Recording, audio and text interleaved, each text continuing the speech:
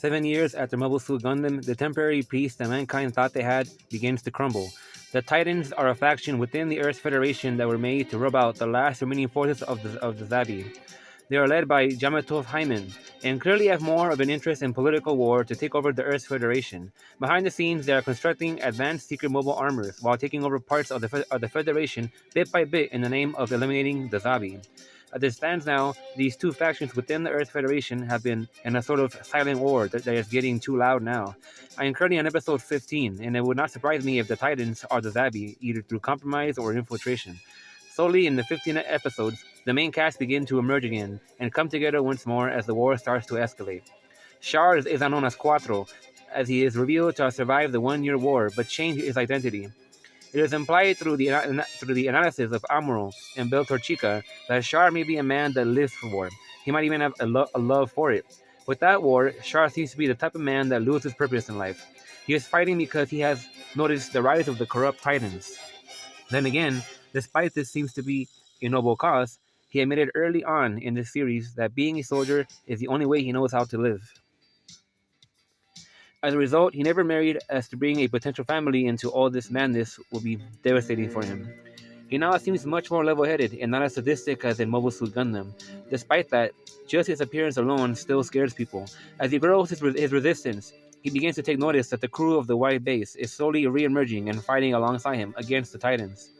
This is an irony, and this is as they were his mortal enemies just a few years ago. He has now taken Camille under his wing, a just-become soldier and a new type that Quattro feels has become the next Amuro. As Camille fights, however, Quattro begins to notice that Camille is actually in a separate class of his own, combat-wise, compared to Amuro.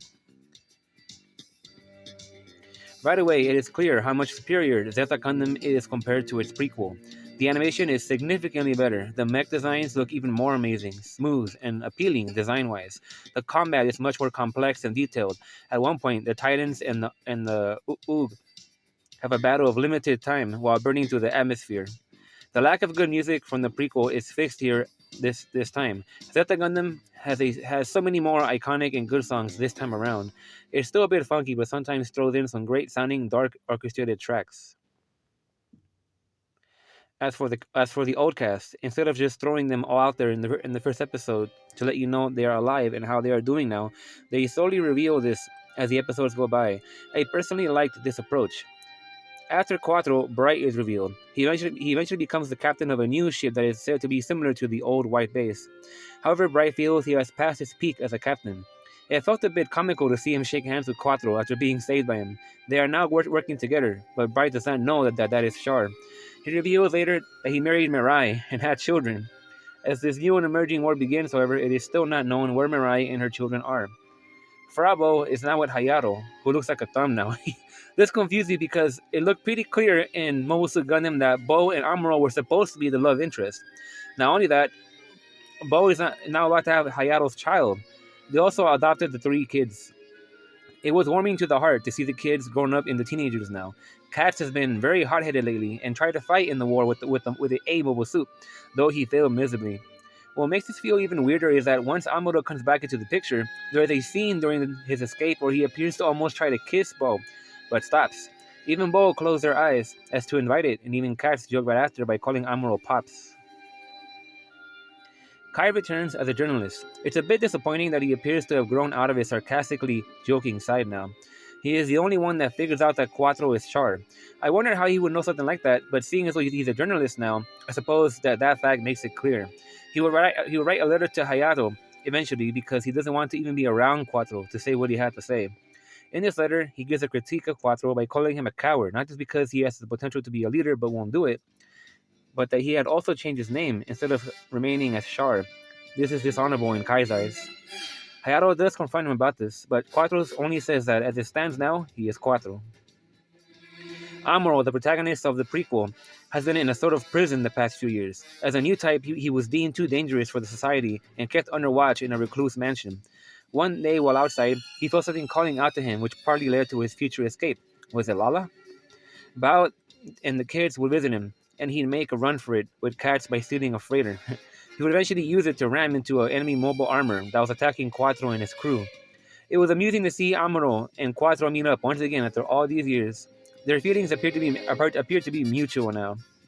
Amuro would eventually confront Quattro as to why he is on Earth, to which Quattro says he feels Lala's spirit is still alive somewhere near the Earth. At first, though, he gave Amuro the famous line, "I came here to laugh at you." Despite that, Quattro is resolved and level-headed, however. Amuro appears to look like a shell of his former self. He tried to fight, but was stopped because he hadn't piloted a mobile suit in 7 years. During his frustration, he begins to show fear about the thought of fighting. Later, Quattro picks up that Amuro has lost this spark or sensation in his blood about fighting that he had before. As Amuro takes his time alone, viewers can see the frustration on his face that he is still a very conflicted individual. The only character that hasn't appeared yet that I want to see is Sayla. She has only been shown once so far in a picture that Quattro was silently looking at that featured the two of them posing together. Among the new cast of Zeta, there is Camille. He is the new Amuro and leads a life that is even more painful. He had to watch his mother and father die before his eyes. In his mother's case, it was at the hands of Jared. He is a Titan soldier with a foul personality. Quattro picked up that Jared shamelessly uses his own men as shields to show what kind of a man he is. Jared and Camille appear to become the new Amuro and Char of Zeta. Camille has more than good reason to go after Jared in order to avenge his mother. Though not on purpose, Camille would eventually fight and kill off Lila, Jared's love interest, as a sort of revenge. Now Camille and Jared are hell-bent on killing each other. On a side note, it's amusing but can also be painful to watch how Tomino tends to have his characters often slapped around and beaten because of their attitudes. I don't know why Tomino likes to abuse his main characters this much. Camille's superiors call it correction, where they beat Camille in order to force him to stop being stubborn, arrogant, childish, etc. As he sees the deaths around him, Quattro reminds Camille to take his sentiments out of war. So with Zeta, there's a huge exploration into Quattro's character, or you could say Char, and it's interesting to see how he has been developing all these years. As it stands by episode 15, Zeta Gundam feels as it will definitely surpass Mobile Suit Gundam.